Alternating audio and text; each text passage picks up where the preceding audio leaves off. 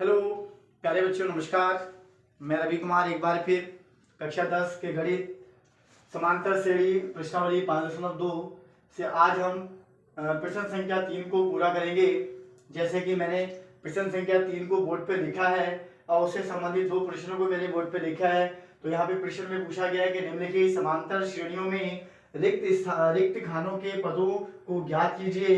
यानी कि यहाँ पे आपके जो रिक्त खाने यानी कि जो पद आपके बॉक्स के रूप में दे रखे हैं, इनके मान हमें निकालने हैं। और इनके मान निकालने के लिए हमें सबसे पहले पदों के सूत्र का ज्ञान होना चाहिए। जैसा कि मैंने पदों के ज्ञान के बारे में प्रश्नावली 5.1 में मैंने एक वीडियो वहां बनाई थी। वहां पे हमने देखा था अच्छे से कैसे कि पदों को कैसे ज्ञात किया जाता है, पदों में आपका कौन से पद का कौन सा सूत्र होता है। तो आइए हम इन बॉक्सों को पूरा करेंगे। इससे पहले जिसने भी हमारी 5.1 प्रश्नावली की वीडियो नहीं देखी है तो कृपया करके धर्म कोचिंग सेंटर को विजिट करें और जल्द से जल्द आपका प्रश्नावली 5.1 की प्रश्नावली को देखें, ताकि आपको ये प्रश्न करने में ज़्यादा कठिनाई शामिल करनी ना पड़े।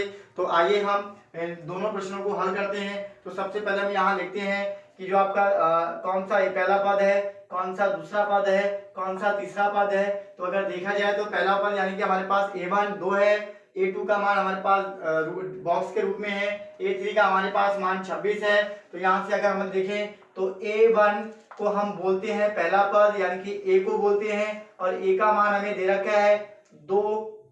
इसी प्रकार हमारे पास a3 का मान हमें दे रखा है, होता a3 का मान हमें 26 दिया है। लेकिन a3 अगर हम इसका पद के सूत्र में लिखें तो a3 को हम लिखते हैं a प्लस 2d और a प्लस 2d यानी कि a3 का जो मान हमें दिया है वो दे रखा है 26।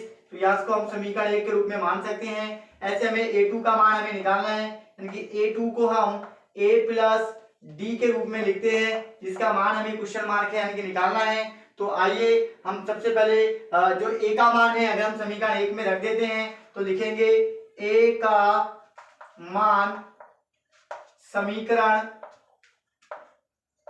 1 में रखने पर, और 1 में जब रखेंगे तो यहां से हम लिखेंगे एक हमारे पास समीकरण है a प्लस 2d बराबर 26।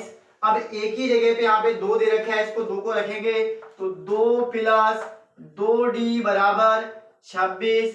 अब यहाँ से 2 का पक्षांतर करेंगे 26 के साइड में तो यहाँ मिलेगा 2d बराबर 26 माइनस 2। अब यहाँ से 2d बराबर लिखेंगे 26 में से 2 को घटा देंगे तो हमारे पास बचेगा 24।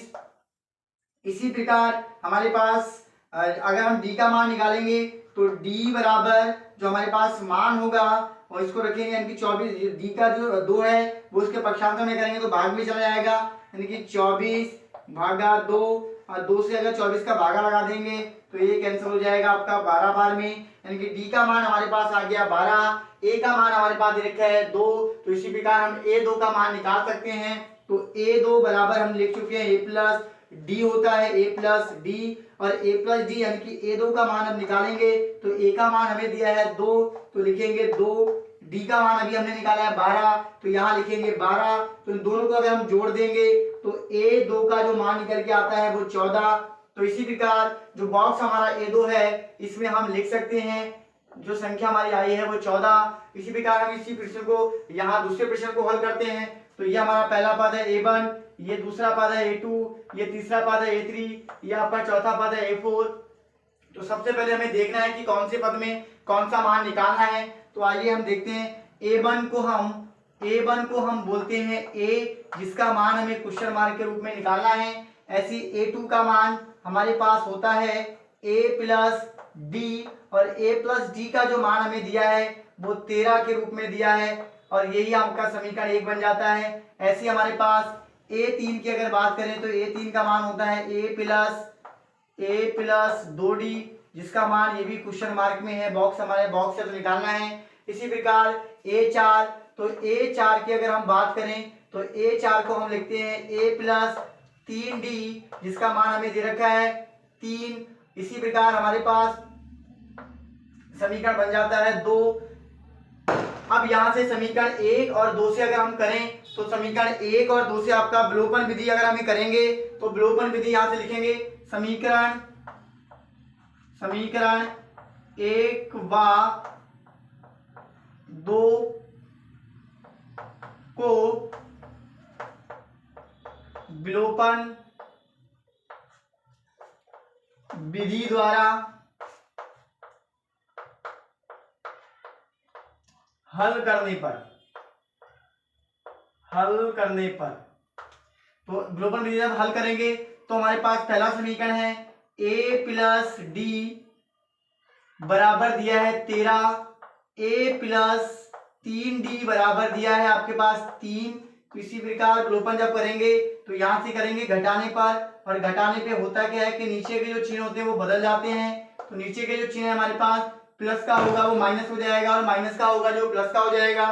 तो प्लस का 3 था, माइनस का, प्लस का 3d है, माइनस का 3d। अब आपका a प्लस का है, माइनस का a, तो प्लस का a माइनस का a संख्या समान है तो ये आपकी कैंसिल हो जाएंगी। तो यहाँ से माइनस का 3d प्लस का 1d, तो बचेगा हमारे पास माइनस का 2d। इसी प्रकार 13 में से अगर हम 3 घटा देंगे तो बचेगा 10, और d का अगर हम मान निकालें तो यहाँ से हमारे पास जो 2 होगा वो पक्षांतर करके भाग में आ जाएगा। 10/2, 2 है हमारे पास माइनस का, तो 2 पंजे 10, यानी कि d का मान हमारे पास निकल के आता है 5। इसी प्रकार अगर d का मान समीकरण 1 या समीकरण 2 में रख देंगे तो हमारे पास a का मान निकल जाता है। तो लिखेंगे d का मान समीकरण 1 में रखने पर, तो समीकरण 1 हमारे पास था a प्लस डी बराबर 13, तो हमारे पास d का मान निकल के आ गया है a प्लस आपका माइनस का 5 है d का मान, a प्लस माइनस का 5 बराबर आपका 13, प्लस का माइनस का 5 है, आगे जब पक्षांतर करेंगे तो प्लस का 5 बन जाता है ये, तो a बराबर हो जाता है 13 प्लस 5, तो a का जो मान हमारे पास आता है वो हमारे पास दिया है 13 में से 5 को घटा देंगे, 13 प्लस 5, तो 13 में से 5 को अब जोड़ेंगे तो 13 प्लस 5 होता है हमारे पास 18। तो पहला पद जो हमारे पास निकल के आया था, पहला पद जो हमें निकालना था वो किसके रूप में आया, 18 के रूप में, यानी कि इसका जो मान निकल के आया है वो 18। अब बात हमारे निकालते हैं यानी कि तीसरे पद की बात करें तो तीसरा पद अगर हम निकालेंगे तो तीसरा पद हमारे पास क्या होता है कि a प्लस यानी कि a3 बराबर होता है a प्लस 2d। तो a3 अगर हमें निकालना है तो a3 बराबर ये हो जाता है, a का मान अभी हमने निकाला 18 प्लस अब 2 गुणा d का मान माइनस का 5 है। इसी प्रकार 18 प्लस माइनस होता है माइनस, 5 दूनी 10। इसी प्रकार अगर हम a3 की बात करें तो आपका 5 दूनी 10, तो यहाँ से आपका 18 में से अगर हम 10 घटा देते हैं तो आपका बच जाता है 8। तो इसी प्रकार हमारे पास तीसरा पद जो निकल के आता है वो आपका 8 है। जैसे कि यहाँ पे पहला पद हमारा 18 में अगर 5 माइनस करेंगे तो 13 में से 5 माइनस करेंगे तो हमारे पास बचा 8, और 8 में से 5 माइनस करेंगे तो हमारे पास आएगा 3। इसी प्रकार हमने इन दोनों प्रश्नों को बहुत ही आसानी और सरल भाषा में इसको हल किया है। इसी प्रकार आप इसका स्क्रीनशॉट ले सकते हैं। अब हम प्रश्न संख्या 3 और प्रश्न संख्या 4 को हल करेंगे। इसी प्रकार जैसे कि हमें यहाँ पे दे रखा है पहला पद यानी कि a1, ये हमारे पास a2, a3 और इसी प्रकार हमारे पास है a4। तो इसको जब हल करेंगे तो अभी मैंने बताया था कि जो a1 होता है वो a1 हमारा एक प्रथम पद a के बराबर होता है जिसका मान हमें दिया है 5। इसी प्रकार हमें बॉक्स के रूप में जो दिया है वो a2 है, और a2 को जो हम लिखते हैं a प्लस डी के रूप में जिसका मान हमें क्वेश्चन मार्क के रूप में है। इसी प्रकार तीसरा पद a3 जिसको सूत्र के रूप में अगर लिखेंगे तो a प्लस आपका 2d जिसका मान हमें क्वेश्चन मार्क के रूप में है। इसी प्रकार हमारे पास a प्लस यानी कि a4 है, इसको लिखते हैं a प्लस 3d जिसका मान हमारे पास अगर इसको सही रूप से अगर हम सही रूप में लिखें तो 9 दूनी 18, 18 में अगर 1 जोड़ देंगे तो 19, 19 बट्टा आपका हो जाता है 2। इसको समीकरण आप 1 मान लेते हैं, तो यहाँ पे हमारे पास इसको समीकरण 1 जब मानेंगे तो हम लिखेंगे a का मान समीकरण 1 में रखने पर a का मान समीकरण 1 में रखने पर, तो एक में जब रखेंगे तो एक में हमारा ए का मान क्या है 5। पहले समीकरण एक लिखेंगे, ए प्लस 3d बराबर 19/2। एक ही जगह पे रखेंगे 5, तो ये हो जाएगा 5 प्लस 3d बराबर हो जाएगा 19/2। 5 का पक्षांतर कर देंगे, माइनस हो जाएगा 3d बराबर 19/2 माइनस 5/1। तो इसी प्रकार 3d बराबर एलसीएम हो जाएगा 2, क्रॉस मल्टीप्लाई करेंगे तो आपका 19 ही का 19, 5 दूनी 10, ये हो जाएगा हमारे पास। तो माइनस करके जब लिखेंगे तो यहां से बचेगा आपका 3d बराबर 9/2। इसी प्रकार हम जब d का मान लिखेंगे तो 3 का पक्षांतर हो जाएगा और 3 पहुंच जाएगा इसके नीचे भाग में, तो 9/2 मौजूद आपका 2 पहले से था, 3 इसके नीचे आ जाएगा, 3 का भागा यहाँ लगा देंगे तो ये 3 बार कैंसिल हो जाएगा। तो d का जो मान हमें निकल के आता है वो हमारे पास होता है 3/2। तो d का मान हमें मिल जाता है। जब d का मान हमें मिल गया है तो इसी की सहायता से हम जो बॉक्स के रूप में दिया है a2 और a3, और a2 का जो मान हमने लिखा है, a2 का जो मान होता है a प्लस डी। तो a का मान में अगर हम d का मान जोड़ देंगे तो हमारे पास आंसर आ जाता है दूसरे पद का।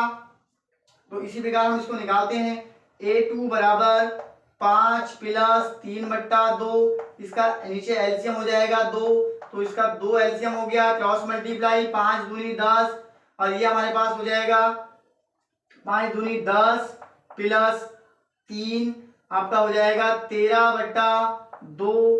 अगर हम इसको मिश्रित भिन्न के रूप में लिखेंगे तो यहाँ से हम इसको लिख सकते हैं 5 सही 3/2 के रूप में इसको लिख सकते हैं, यानी कि यहाँ पे इसका जो आंसर आता है 5 सही 3/2 इसका आंसर आएगा। इसी प्रकार हम दो का है, अब a3 का इसी प्रकार निकालेंगे तो a3 का मान होता है a प्लस 2d। इसी प्रकार a3 का मान निकालने के लिए a का मान हमें दिया है 5 प्लस 2 गुणा d का मान 3/2, यहाँ से 2 से 2 इसका कट जाता है, तो a3 का जो मान निकल के आता है 5 प्लस 3। तो a में 3 अगर हम जोड़ दें, 5 में अगर 3 जोड़ देंगे तो 8 आता है, यानी कि a3 का जो मान हमें मिला है वो 8 है। तो यहाँ पे आपका 8 आंसर आता है। आइए हम चौथे क्वेश्चन को हल करते हैं। चौथे क्वेश्चन में भी हमारे पास ये a1 का मान है, a2 है, a3, a4, a5, a6। इसी प्रकार हमें यहाँ पे दे रखा है a1 मतलब a होगा और a का मान हमें दिया है -4, a2 बराबर a plus D question mark, a3 बराबर a plus 2d question mark, a4 a plus 3d इसका मान क्वेश्चन मार्क, a5 की अगर बात करें तो a प्लस 5d इसका मान भी क्वेश्चन मार्क, a6 का मान a प्लस आपका 6d सॉरी a प्लस 5 में आपका 4d होता है, और a प्लस जब 6 की बात करेंगे तो a प्लस 5d जिसका मान हमें दे रखा है 6। समीकरण इसको मान लेते हैं पहला। अब लिखेंगे समीकरण a का मान समीकरण एक में रखने पर a का